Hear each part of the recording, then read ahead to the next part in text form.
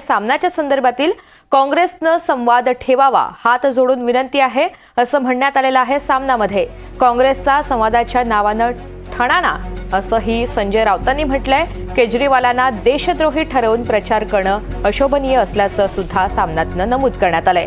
दिल्ली निवडणुकांवरून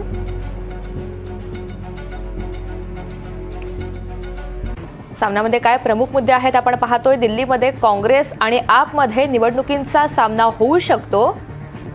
केजरीवाल यांना देशद्रोही ठरवत प्रचाराचा मुद्दा करणं काँग्रेसच्या संस्कृतीला शोभत नाही। काँग्रेस अकेली मोदी वृत्तीचा पराभव करण्याची क्षमता राखत असेल तर त्यांना कुणी रोखणार नाही।